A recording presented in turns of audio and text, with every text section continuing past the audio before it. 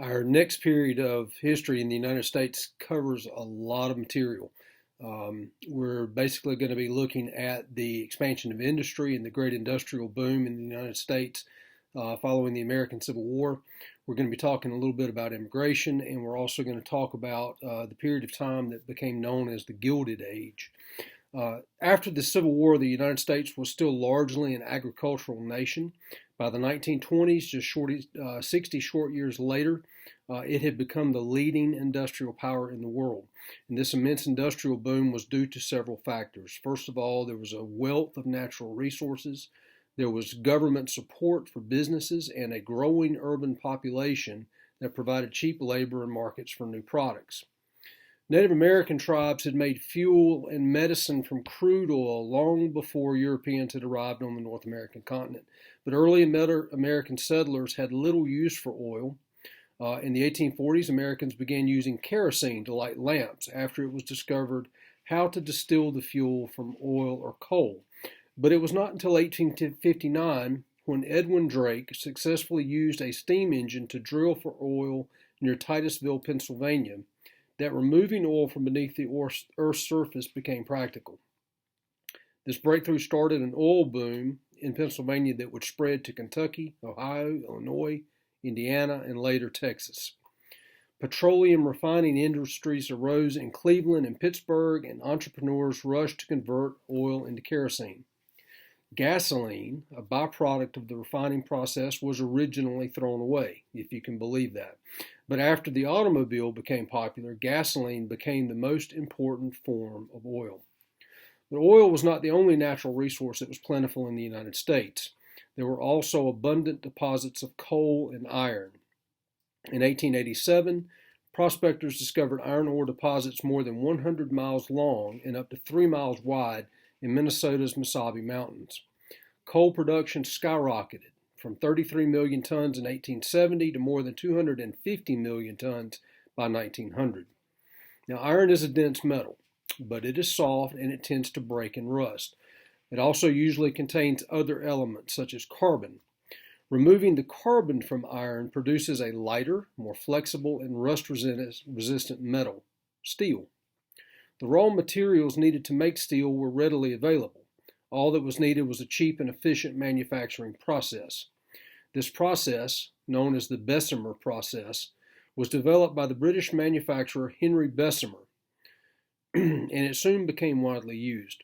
This technique involved injecting air into molten iron to remove the carbon and other impurities. By 1880, American manufacturers were using the new method to produce more than 90% of the nation's steel. But in an age of rapid change and improvement, even the Bessemer process was bettered by the 1860s, eventually replaced by the open hearth process, which enabled manufacturers to produce quality steel from scrap metal as well as from raw materials. There were new uses for steel. The railroads, with thousands of miles of track, became the biggest customers for steel, but inventors soon found additional uses for it. The following applications helped transform the plains into the food producer for the nation. Joseph Glidden developed barbed wire. McCormick developed his reaper. And John Deere began developing farm equipment. So steel changed the face of the nation, not only improving our agriculture, but making innovative construction possible. One of the most remarkable new structures constructed with steel was the Brooklyn Bridge, which was completed in 1883. It spanned 1,595 feet across the East River in New York City. Its steel cables were supported by towers higher than any man-made and weight-bearing structure at the time, except the pyramids of Egypt. It was called a wonder of the world. Also around this time, William LeBaron Jenney designed the first skyscraper with a steel frame, thus moving expansion upward as well as outward. This was the Home Insurance Building in Chicago. Before Jenney's idea of using steel, the weight of large buildings was supported entirely by their walls or by iron frames, which limited the building's height. With a steel frame to support the building's weight, architects could now build as high as they wanted. By capitalizing on natural resources and their own ingenuity, inventors changed more than the landscape. Their inventions changed the very way people lived and worked. In 1876, Thomas Alva Edison became a pioneer in the new industrial frontier when he established the world's first research laboratory in Menlo Park, New Jersey. There, Edison perfected the incandescent light bulb, which was patented in 1880, and later invented an entire system for producing and distributing electrical power. George Westinghouse, along with Edison, added innovations that made electricity safer and less expensive. The harnessing of electricity completely changed the nature of business in America. By 1890, electric power ran numerous machines, from fans to printing presses. This inexpensive, convenient way of energy soon became available in homes and spurred the invention of time-saving appliances. Electric streetcars made urban travel cheap and efficient, and also promoted the outward spread of cities. More importantly, electricity allowed manufacturers to locate their plants wherever they wanted. They were now not tied to rivers as sources of power, and so this enabled industry to grow as never before. These new inventions changed lifestyles. Edison's light bulb was only one of several revolutionary inventions of this time. Christopher Sholes invented the typewriter in 1867 and changed the world of work. Next to the light bulb, however, perhaps the most dramatic invention was the telephone, created by Alexander Graham Bell and Thomas Watson in 1876. This opened the way for a worldwide communications network. The typewriter and telephone particularly affected office work and created new jobs for women. Although women made up less than 5% of all office workers in 1870, by 1910 they accounted for nearly 40% of the clerical workforce. New inventions also had a tremendous impact on factory work as well. For example, women had traditionally sewn garments at home. With industrialization, clothing could now be mass-produced in factories, creating a need for garment workers, many of whom were women. Industrialization freed some factory workers from backbreaking labor and helped improve the workers' standard of living. By 1890, the average work week had been reduced by about 10 hours. However, many workers felt the mechanization of so many tasks reduced the human worker's worth. As consumers, though, workers regained some of their lost power in the marketplace. The country's expanding urban population provided a vast potential market for new inventions and products by the late 1800s. One of the other uses of steel that we mentioned earlier was railroads. Railroads played a huge role in the development of America during this period of time. They made local transit reliable and westward expansion possible for business as well as for people. Realizing how important the railroads were for settling the West and developing the country, the government made huge land grants and loans to railroad companies. By 1856, the railroads extended west to the Mississippi River, and 3 years later, they crossed the Missouri River. Just over a decade later, crowds across the country cheered as the Central Pacific and Union Pacific Railroads met at Promontory Point, Utah on May 10, 1869. A golden spike marked the spanning of the nation by connecting these two units into the first transcontinental railroad. Other transcontinental lines followed, and regional lines multiplied as well.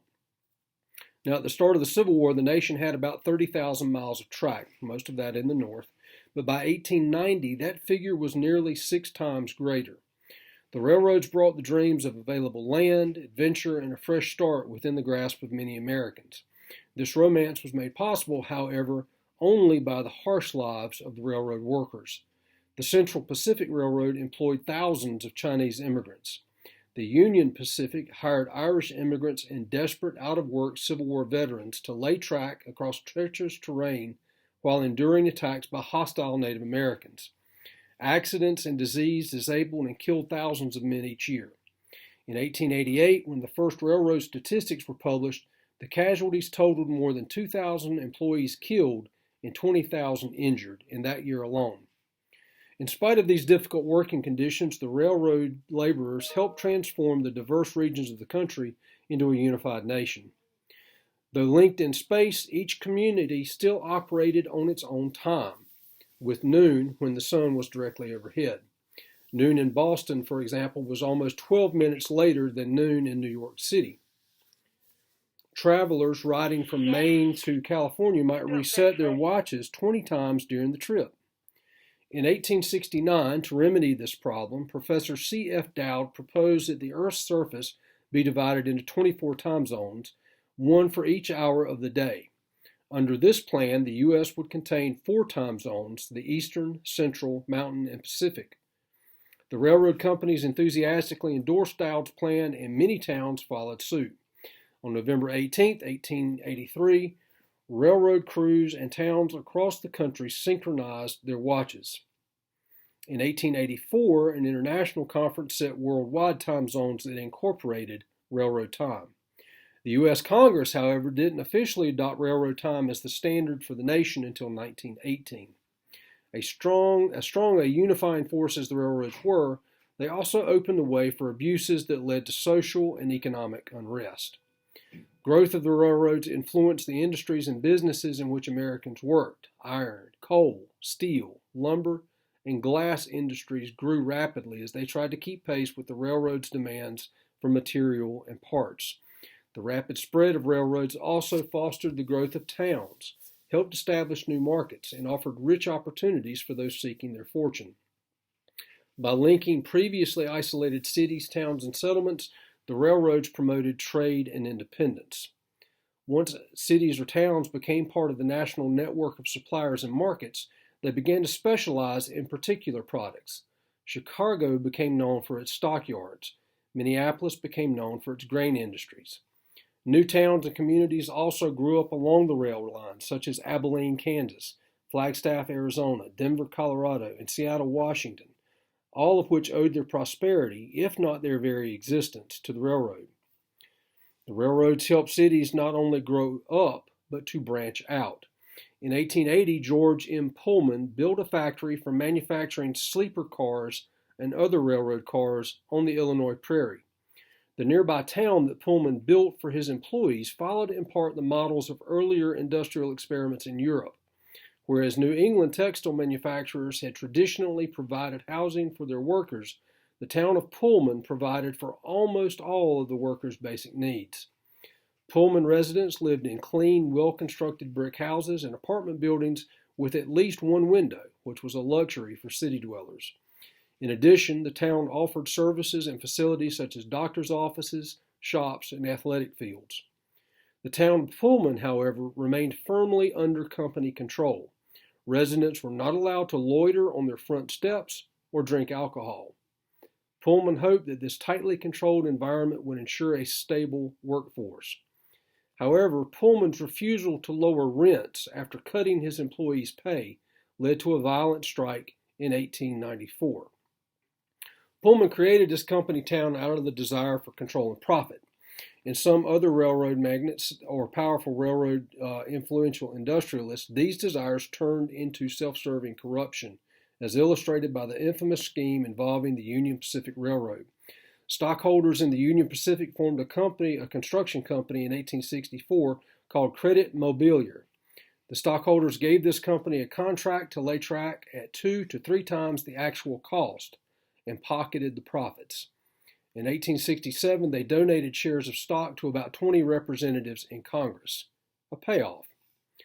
A congressional investigation of the company eventually discovered that the officers of the company had taken up to $23 million in stocks, bonds, and cash. Testimony implicated such well-known and respected officials, federal officials, as Vice President Schuyler Colfax and Congressman James Garfield, who would later become president. Although these public figures were allowed to keep their profits and received little more than a slap on the wrist, the reputation of the Republican Party at this time was tarnished by the incident. Farmers were especially affected by corruption in the railroads. Members of the Grange began demanding government control of the railroad industry. Farmers were angry with railroad companies for a host of real reasons. They were upset by misuse of government land grants, which the railroads sold to other businesses rather than to settlers, as the government intended. The railroads also entered into formal agreements to fix prices, which helped keep farmers in their debt. They also charged different customers different rates, often demanding more for short hauls for which there was no alternative carrier than they did for long hauls. In response to these abuses by the railroads, the Grangers took political action. They sponsored state and local political candidates, elected legislators, and successfully pressed for laws to protect their interests. In 1871, Illinois authorized a commission to establish maximum freight and passenger rates and prohibit discrimination. Similar laws, called Granger laws, were passed throughout the West, Midwest, and Southwest. The railroads fought back, challenging the constitutionality of the regulatory laws. In 1877, in the case of Munn v. Illinois, the Supreme Court upheld the Granger laws by a vote of 7-2. The states thus won the right to regulate the railroads for the benefit of the farmers and the consumers. The Grangers also helped establish an important principle: the federal government's right to regulate private industry to serve the public interest. This triumph by the Grangers, however, was short-lived. In 1886, the Supreme Court ruled that a state could not set rates on interstate commerce, railroad traffic that either came from or was going to another state. In response to public outrage, Congress passed the Interstate Commerce Act in 1887. This act reestablished the right of the federal government to supervise railroad activities and established a 5-member Interstate Commerce Commission, or ICC, for that purpose. The ICC had difficulty regulating railroad rates because of the long legal process and resistance from the railroads. The final blow to the commission came in 1897 when the Supreme Court ruled that the ICC could not set maximum railroad rates. It was not until 1906, under President Theodore Roosevelt, that the ICC gained the power it needed to be effective. Although the ICC presented few problems for the railroads, corporate abuses, mismanagement, overbuilding, and competition pushed many railroads to the brink of bankruptcy. Their financial problems played a major role in a nationwide economic collapse. The Panic of 1893 was the worst depression up to that time. 600 banks and over 15,000 businesses failed. By 1895, 4 million people had lost their jobs. By 1894, a quarter of the nation's railroads had been taken over by financial companies.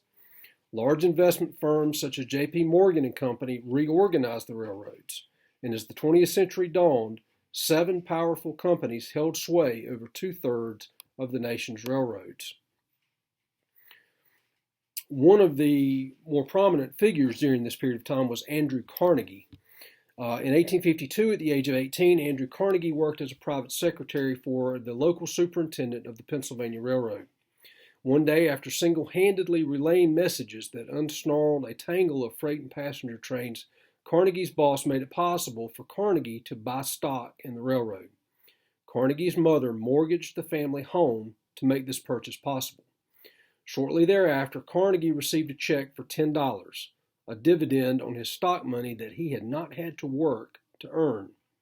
Carnegie was one of the first industrial moguls to make his own fortune. His rise from rags to riches, along with his support of charities, made him a model of the American success story.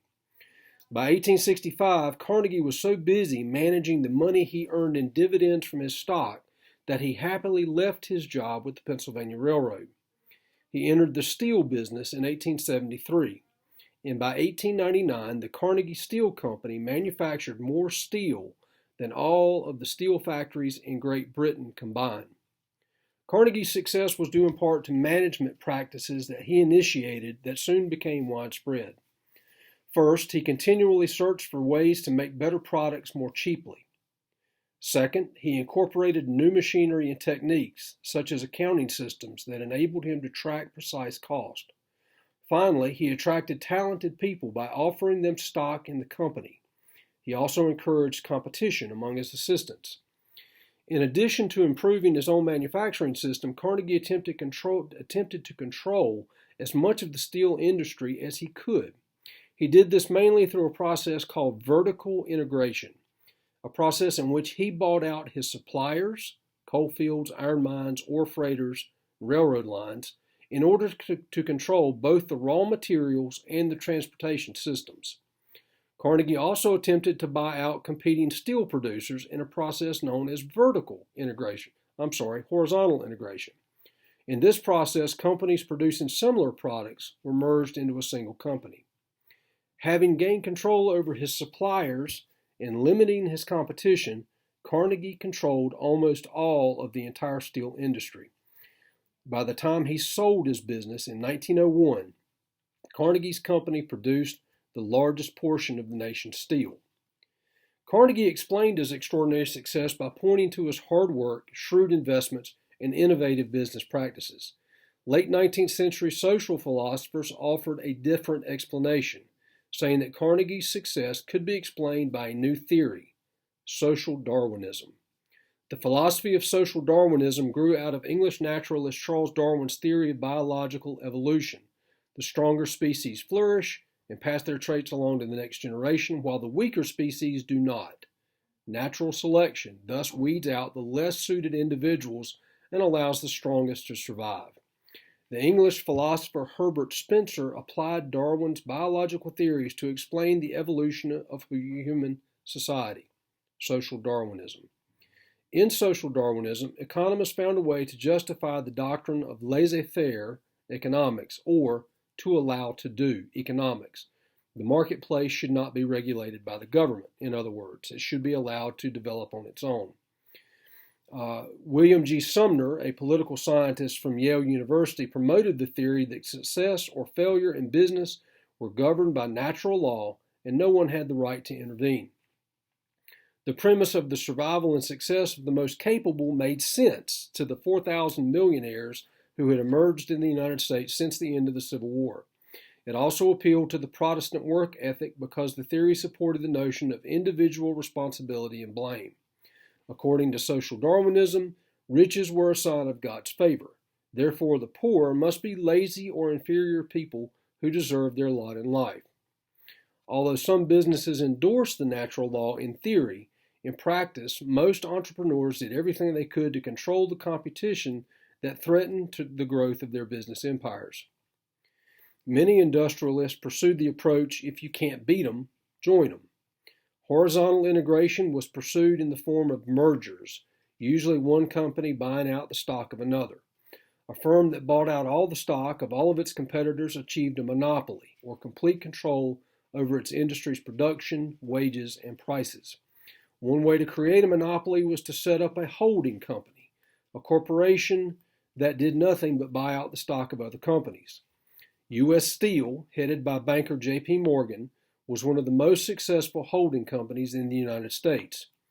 In 1901, when U.S. Steel bought the largest manufacturer, Carnegie Steel, it became the world's largest business.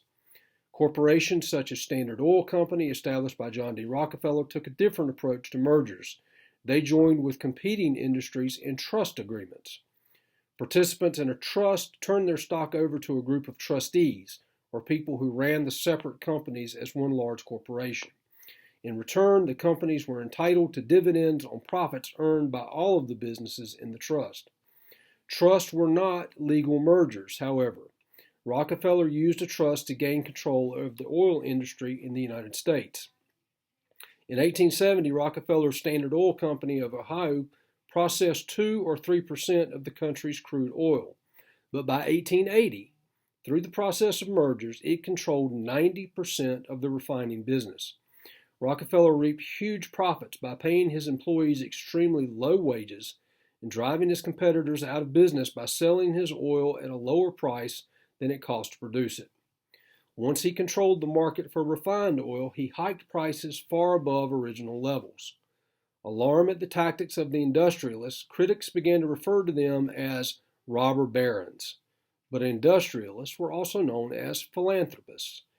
Although Rockefeller kept most of his assets, he gave away over $500 million, establishing the Rockefeller Foundation, providing funds to the University of Chicago, and creating a medical institute that helped find a cure for yellow fever. Carnegie donated about 90% of the wealth he accumulated during his lifetime. His fortune still supports the arts and learning today. Despite the charitable acts of Rockefeller, Carnegie, and others, the government was concerned that the expanding corporations would stifle free competition. In 1890, the Sherman Antitrust Act made it illegal to form a trust that interfered with free trade between states and with other countries. Prosecuting companies under the Sherman Antitrust Act was not easy. The Act did not clearly define such important terms as trust. In addition, firms such as Standard Oil did feel pressure from the government. They simply reorganized into single corporations. The Supreme Court threw out 7 of the first 8 cases the federal government brought against these trusts. Eventually, the government stopped trying to enforce the Sherman Act, and consolidation of businesses continued. This industrial growth that we see in the United States during this period of time concentrated in the North, where natural and urban resources were plentiful. The South at this time was still recovering from the Civil War and was hindered by a lack of capital or money for investment in industry and business. After the war, people in the South were unwilling to invest what little money they had into a risky business venture. Northern businesses already owned 90% of the stock in the most profitable Southern enterprise, the railroads, thereby keeping the South in a stranglehold. The South remained mostly agricultural, with farmers at the mercy of the railroad rates. Southern entrepreneurs suffered not only from excessive transportation costs, but also from high tariffs on raw materials and imported goods and a lack of skilled workers. The post-Reconstruction South seemed to have no way out of this economic stranglehold. However, growth in forestry, mining, and the tobacco, furniture, and textile industries offered some hope. As business leaders merged and consolidated their forces, it seemed necessary for workers to do the same. While northern wages were generally higher than those in the South, exploitation and unsafe working conditions drew workers together across regions in a nationwide labor movement. Laborers, both skilled and unskilled, female and male, black and white, joined together in unions to try to improve their lot. One of the largest employers, the steel mills, often demanded a 7-day work week. Seamstresses, like factory workers in most industries, worked 12 or more hours a day for 6 days a week. Employees were not entitled to a vacation, sick leave, unemployment compensation, or reimbursement for injuries received on the job. Yet injuries were common.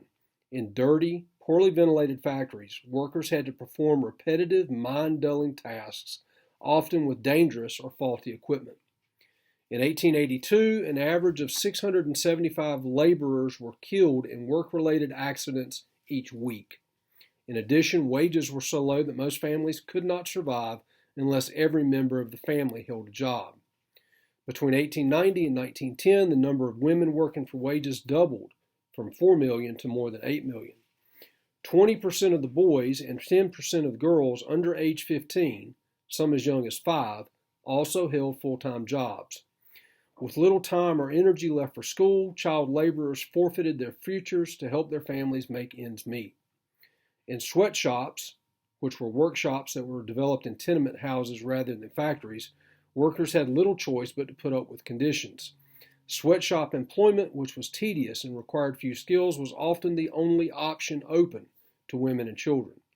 Sweatshop jobs also paid the lowest wages, often as little as 27 cents for a child's 14-hour day.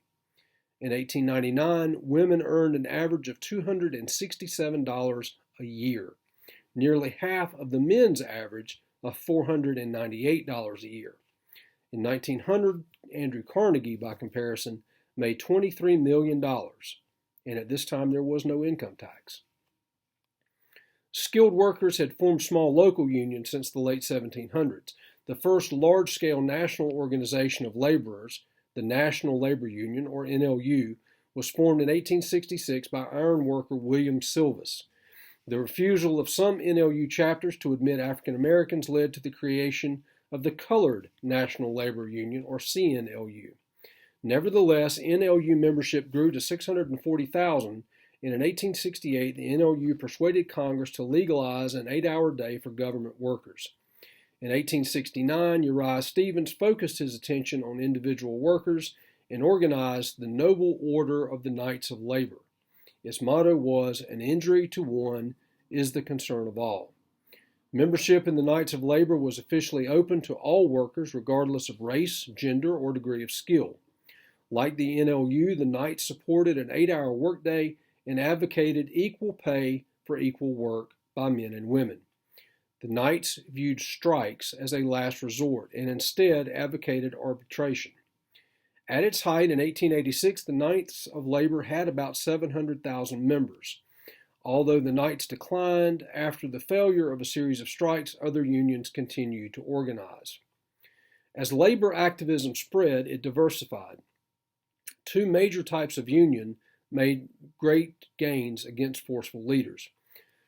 One approach to the organization of labor was craft unionism, which included skilled workers from one or more trades. Samuel Gompers led the Cigar Makers International Union to join with other craft unions in 1886. The American Federation of Labor, or AFL, with Gompers as its president, focused on collective bargaining, or negotiation between representatives of labor and management to reach written agreements on wages, hours, and working conditions. Unlike the Knights of Labor, the AFL did use strikes as a major tactic. Successful strikes helped the AFL win higher wages and shorter work weeks. Between 1890 and 1915, the average weekly wages in unionized industries rose from $17.50 an hour to $17.50 to $24, and the average work week fell from almost 55 hours to just under 49 hours. Some labor leaders felt that unions should include all laborers, skilled and unskilled, in a specific industry. This concept captured the imagination of Eugene V. Debs, who attempted to form such an industrial union, the American Railway Union. Most of the union's members were unskilled and semi-skilled laborers, but engineers and firemen joined too. In 1894, the ARU won a strike for higher wages, and within 2 months, its membership climbed to 150,000. Like the Knights of Labor, the ARU never recovered after the failure of a major strike, but it added momentum to the growth of labor organizations. In an attempt to solve the problems faced by workers, Eugene Debs and other labor activists eventually turned to socialism, an economic and political system based on government control of business and property and equal distribution of wealth. Socialism carried to its extreme form is communism, as advocated by the German philosopher Karl Marx. A switch to communism would result in an overthrow of the capitalist system that existed in the United States.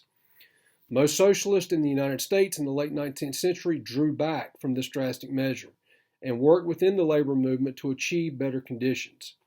In 1905, a group of radical unionists and socialists in Chicago founded the Industrial Workers of the World, or IWW, also known as the Wobblies. Headed by William Big Bill Haywood, the Wobblies included miners, lumberers, and cannery and dock workers. Unlike the ARU, the IWW welcomed African Americans, but membership never topped 100,000. The IWW's only major strike victory occurred in 1912, but the Wobblies, unlike other industrial unions, gave dignity and a sense of solidarity to unskilled workers. Industry and government responded forcefully to union activity, which they saw as a threat to the entire capitalist system. In July 1877, the workers for the Baltimore and Ohio Railroad struck to protest their second wage cut in 2 months. This work stoppage spread to other rail lines. Most freight and even some passenger traffic covering some 50,000 miles of rail was stopped for more than a week. After several state governors asked President Rutherford B. Hayes to intervene, saying that the strikers were interfering with interstate commerce, federal troops were sent in and ended the strike. Encouraged by the impact of the 1877 strike, labor leaders continued to press for change. On the evening of May 4, 1886, 3,000 people gathered at Chicago's Haymarket Square to protest police brutality. A striker had been killed and several had been wounded at the McCormick Harvester plant the day before. Rain began to fall about 10 a.m., and the crowd was dispersing when police arrived. Suddenly, someone tossed a bomb into the police line. The bomb exploded, killing 7 police officers, and the police opened fire on the crowd. Several workers died in the confusion that followed. No one knew who threw the bomb, but the 3 speakers at the rally and 5 other radicals were arrested and charged with inciting a riot. All 8 were convicted and 4 were hanged, while 1 committed suicide. Those convicted became known as the Haymarket Martyrs. After Haymarket, the police across the country began to turn against the labor movement. Despite increasing violence and rising public anger, workers continued to strike. Deteriorating conditions at the Carnegie Steel Company's Homestead plant in Pennsylvania led to a strike by workers on June 29, 1892, after the company president, Henry Clay Frick, announced another cut in workers' wages. Frick hired armed guards from the Pinkerton Detective Agency to protect the plant so that he could hire scabs, or strikebreakers, to keep the plant operating. In a pitched battle that left at least 3 detectives and 9 workers dead, the steel workers forced out the Pinkertons and kept the plant closed until the Pennsylvania National Guard arrived on July 12th. The strike continued until November, but by then the union had lost much of its support and gave in to the company. It would take 45 years for the steel workers to organize a labor movement again. Strikes did continue in other industries, however. During the Panic of 1893, the economic depression that followed, Pullman Company laid off more than 3,000 of its 5,800 employees and cut the wages of the remaining workers by 25 to 50%. During the same time, it did not cut the cost of employee housing. After paying their rent, most workers took home less than $6 a week. The strike was called in the spring of 1894 when the Pullman Company failed to restore wages or decrease rents. Eugene Debs, the socialist, asked for arbitration, but Pullman refused to negotiate with the strikers, so the ARU began boycotting Pullman trains. After Pullman hired strikebreakers, the strike turned violent, and President Grover Cleveland sent in federal troops. In a bitter aftermath, Debs was jailed, Pullman fired most of the strikers, and the railroad blacklisted many others so that they could never again get railroad jobs. Women were barred from many unions, but united behind powerful leaders to demand better working conditions, equal pay for equal work, and an end to child labor. Perhaps the most prominent organizer in the women's labor movement was Mary Harris Jones. Jones supported the Great Strike of 1877 and later helped organize the United Mine Workers of America. She endured death threats and jail with the coal miners who gave her the nickname Mother Jones. In 1903, to expose the cruelties of child labor, she led 80 mill children, many with hideous injuries, on a march to the home of President Theodore Roosevelt, and their crusade influenced the passage of the first child labor laws. During this same period of time, and one of the things that helped the development of industry in the United States, we were seeing a huge influx of immigration. Millions of immigrants entered the U.S. in the late 19th and early 20th centuries, lured by the promise of a better life. Some immigrants sought to escape difficult conditions in their home countries, such as famine, land shortages, or religious or political persecution. Others intended simply to immigrate temporarily, earn money, and return to their homelands. Between 1870 and 1920, approximately 20 million Europeans arrived in the U.S. Before 1890, most European immigrants came from Western and Northern Europe. Beginning in the 1890s, however, increasing numbers came from Southern and Eastern Europe. In 1907 alone, about 1 million people arrived from Italy, Austria-Hungary, and Russia. Many of these new immigrants left to escape religious persecution. Entire villages of Jews were driven out of Russia by pogroms or organized attacks encouraged by local authorities. Other Europeans left the continent because of rising population. Between 1800 and 1900, the population of Europe doubled to nearly 400 million, resulting in a scarcity of land for farming. Once out of farming, farmers then competed with laborers for too few industrial jobs, and such jobs were supposedly plentiful in the United States. Also, a spirit of reform and revolt spread through Europe in the late 19th century, and these movements encouraged young European men and women to seek independent lives in America. While waves of Europeans arrived on the East Coast, Chinese immigrants came to the West Coast in smaller numbers. About 300,000 arrived between 1851 and 1883. Many came to seek their fortune after the discovery of gold in California in 1848. Others helped build the nation's first continental railroad. Chinese immigration was severely limited by Congressional Act, the Chinese Exclusion Act of 1882. In 1884, the Japanese government allowed Hawaiian planters to recruit Japanese workers, and a Japanese immigration boom began. The U.S. annexation of Hawaii in 1898 increased Japanese immigration to the West Coast. This increase continued as word of relatively high American wages spread. The wave would peak in 1907 when 30,000 left Japan for the U.S. By 1920, more than 200,000 Japanese lived on the West Coast. We were also seeing immigration from the West Indies and Mexico during this time. Between 1880 and 1920, about 260,000 immigrants arrived in the eastern and southeastern United States from the West Indies, coming from Jamaica, Cuba, Puerto Rico, and other islands. Many left their homes because jobs were scarce, and the industrial boom in the U.S. seemed to promise work for everyone. Mexicans, too, were immigrated to the U.S. to find work, as well as to flee political turmoil. The 1902 National Reclamation Act, which encouraged the irrigation of arid land, created new farmland in western states and drew Mexican farm workers northward. After 1910, political and social upheavals in Mexico prompted even more immigration, about 700,000 people. 7% of the population of Mexico at that time came to the United States over the next 20 years. American politics during this period of time was what was referred to as the Gilded Age. Mark Twain described the excesses of the late 19th century in a satirical novel, The Gilded Age. The title of the book has since come to represent that period between the 1870s and the 1890s in America. The glittering exterior of the age actually hides a corrupt political core and a growing gap between the very few rich and the very many poor. In the late 19th century, cities experienced rapid growth under inefficient government. This was largely the result of the dog-eat-dog philosophy of social Darwinism. Cities were receptive to a new power structure, the political machine, and a new politician, the city boss. The political machine was an organized group that controlled the activities of a political party in a city. It also offered services to voters and businesses in exchange for political and financial support.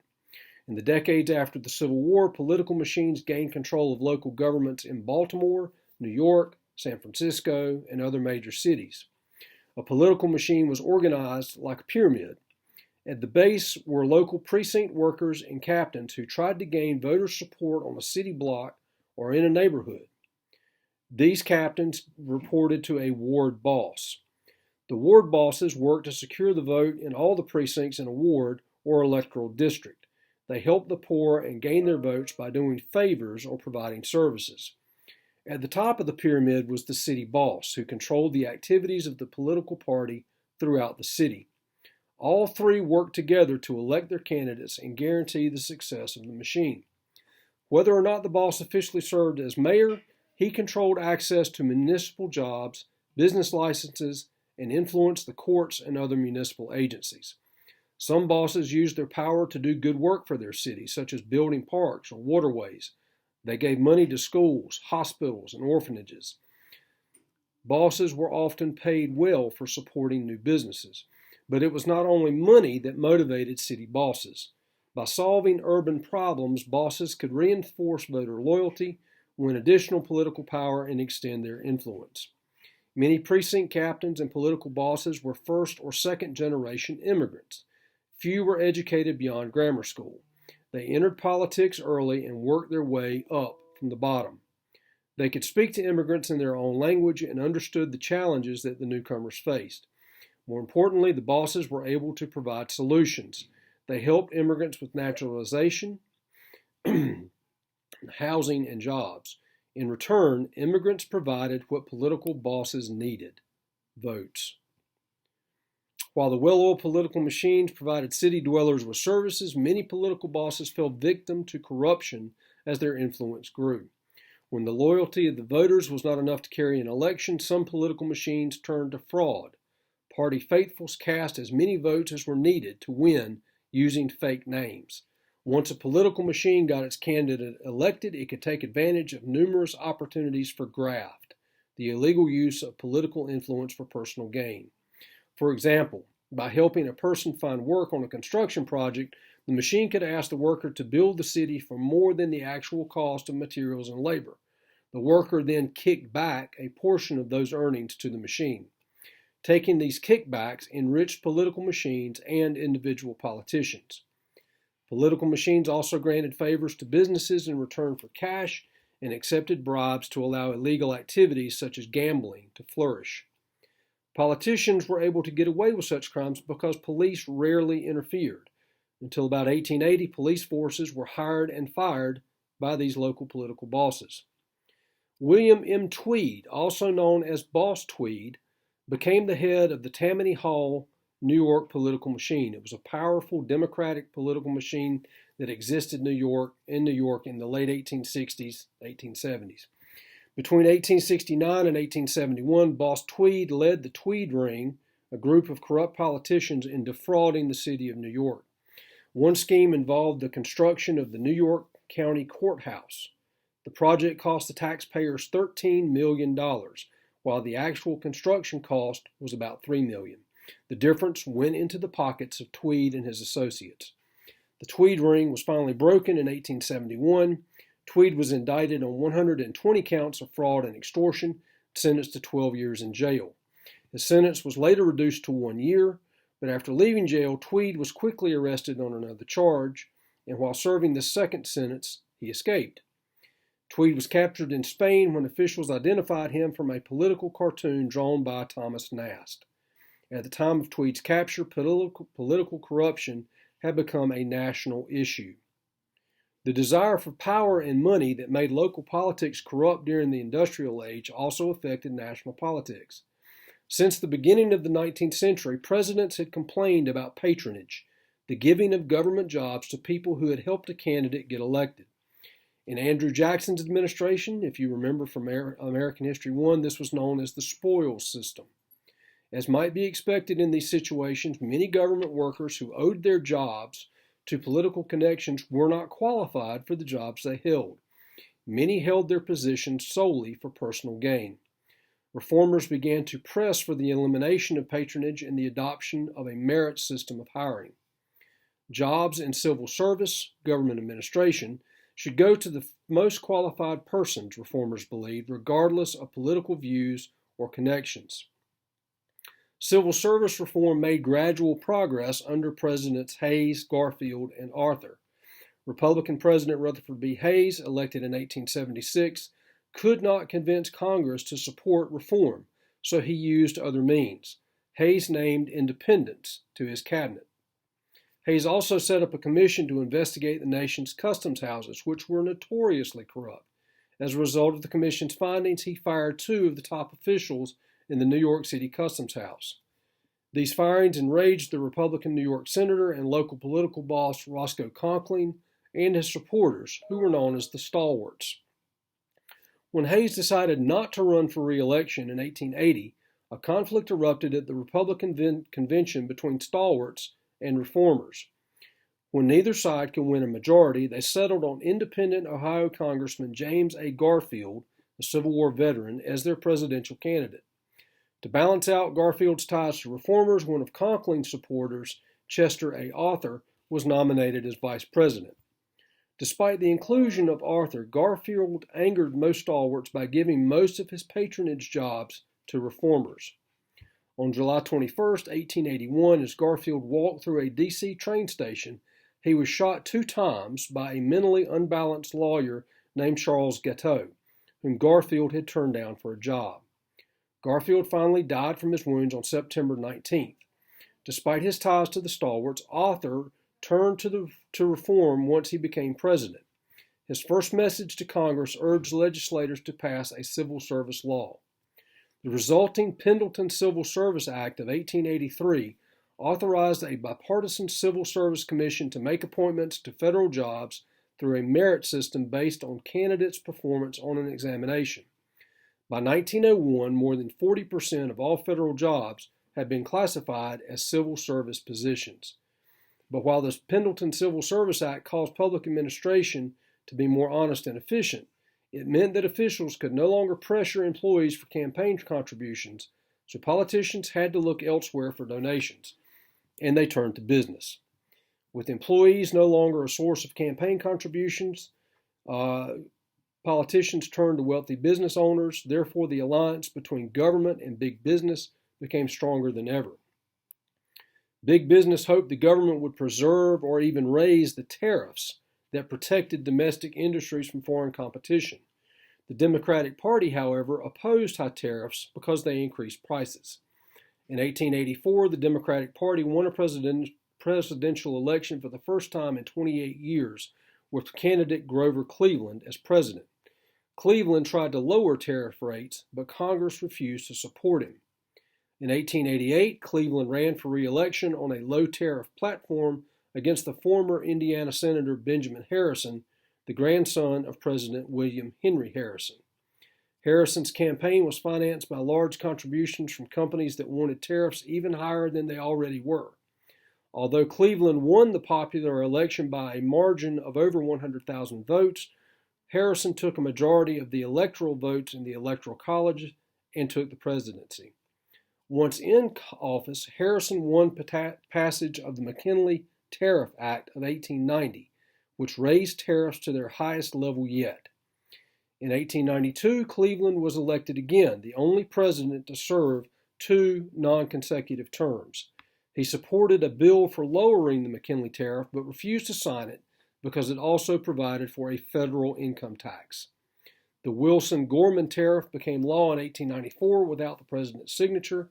In 1897, William McKinley was inaugurated president and raised tariffs once again. The attempt to reduce the tariff had failed, but the spirit of reform was not dead. New developments in areas ranging from technology to mass culture would help redefine American society as the United States moved into the 20th century, and new leaders would seek progressive means to improve the life of American citizens. I apologize for the length of this, but as I mentioned at the start, a lot of material in this section and in this period of American history. I hope these notes have been helpful in your study of these chapters.